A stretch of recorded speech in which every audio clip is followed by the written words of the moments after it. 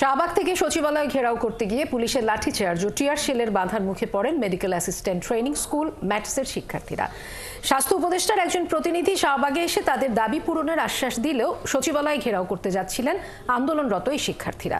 তবে মিছিল নিয়ে শিক্ষা ভবনের সামনে পৌঁছালে তাদের উপর চড়াও হয় পুলিশ। নিবিড় সাহার প্রতিবেদন। উচ্চশিক্ষার সুযোগ, শূন্যপদে নিয়োগ সহ 4 দফা দাবিতে সকাল থেকে শাহবাগে লং মার্চ টু ঢাকা কর্মসূচি পালন করছিল মেডিকেল অ্যাসিস্ট্যান্ট ট্রেনিং স্কুল ম্যাটসের শিক্ষার্থীরা। বিকেলে শাহবাগ থেকে সচিবালয় ঘেরাও করতে গেলে শিক্ষা ভবনের সামনে পুলিশের বাধার মুখে পড়েন তারা। এক পর্যায়ে টিয়ারশেল নিক্ষেপ ও লাঠিচার্জ করে আন্দোলনকারীদের ছত্রভঙ্গ করে দেয় পুলিশ। আমাদের যদি স্বাস্থ্য সেক্টরের প্রয়োজন না পড়ে এটা বন্ধ করে দেখ। আজও এই দেশে স্টুডেন্টের উপর আক্রমণ হয়, আজও আমার বোনদের উপর আক্রমণ হয়েছে। এটাকো করি না, কোনো কিছু যাচ্ছিলাম আমরা তো মরে দাঁড়াইছিলাম, তাহলে আমাদের আঘাত কেন করবে?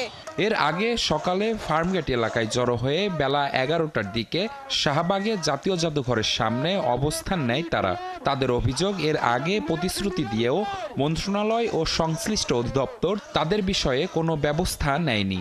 স্বাস্থ্য অধিদপ্তর আমাদের দাবিগুলো আদায় করার লক্ষ্যে 7 দিনের সময় চেয়েছিল, কিন্তু তারা আমাদের কোনো একটা দাবিও আদায় করে নাই। আমরা প্রতিবার ওদের সাথে যোগাযোগ করার পরও আমাদের সাথে ওরা কথা বলতে চায় না এবং আমাদের চিনে না রূপে এরা করছে।